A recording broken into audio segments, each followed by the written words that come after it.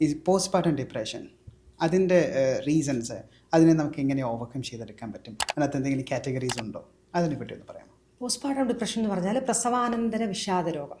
അതായത് ഒരു പെൺകുട്ടി ഗർഭിണിയായി പ്രസവിച്ച് കഴിയുമ്പോൾ ആ ഏതാനും മണിക്കൂറുകൾക്കുള്ളിൽ ചിലപ്പോൾ തുടങ്ങാം, അല്ലെങ്കിൽ കുറച്ച് ദിവസങ്ങൾക്ക് ശേഷമോ ആഴ്ചകൾക്ക് ശേഷമോ മാസങ്ങൾക്ക് ശേഷമോ തുടങ്ങാം. ഈ ഒരു സാഹചര്യത്തിനെയാണ് പോസ്റ്റ്പാർട്ടം ഡിപ്രഷൻ എന്ന് പറയുന്നത്. അപ്പോൾ സാധാരണഗതിയിലുള്ള വിഷാദ രോഗത്തിൻ്റെ എല്ലാവിധ ലക്ഷണങ്ങളും തീർച്ചയായിട്ടും ഈ ഒരു തരം ഡിപ്രഷനിലും ഉണ്ടാകും. ഉദാഹരണത്തിന് അനിയന്ത്രിതമായിട്ടുള്ളൊരു ദുഃഖഭാവം, എന്ത് ചെയ്താലും സന്തോഷം ഇല്ലാതെ ഇരിക്കുക, ഒന്നും ചെയ്യാൻ താല്പര്യമില്ലാതെ ഇരിക്കുക, അമിതമായിട്ടുള്ള ക്ഷീണം തോന്നുക, വേണ്ടാത്ത ചിന്തകൾ വരിക. ഉദാഹരണത്തിന് ജീവിക്കണ്ട, മരിച്ചു കളയണം.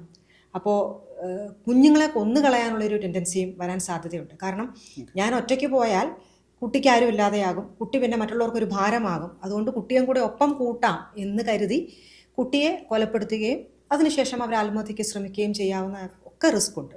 അത് തന്നെയല്ല, ഉറക്കക്കുറവ്, വിശപ്പില്ലായ്മ, മറ്റ് സാധാരണ അവർക്ക് താല്പര്യമുണ്ടാകുന്ന അല്ലെങ്കിൽ സാധാരണ സന്തോഷം ലഭിക്കുന്ന ആക്ടിവിറ്റീസിലൊന്നും തന്നെ താല്പര്യമോ അല്ലെങ്കിൽ അതിൽ ചെയ്യുമ്പോൾ സന്തോഷമോ ഉണ്ടാകാതിരിക്കുന്ന ഒരു സാഹചര്യം, ഇതൊക്കെയും വന്നു കഴിയുമ്പോൾ നമ്മളതിനെ ഒരു വിഷാദ രോഗമായിട്ട് കണക്കാക്കാറുണ്ട്.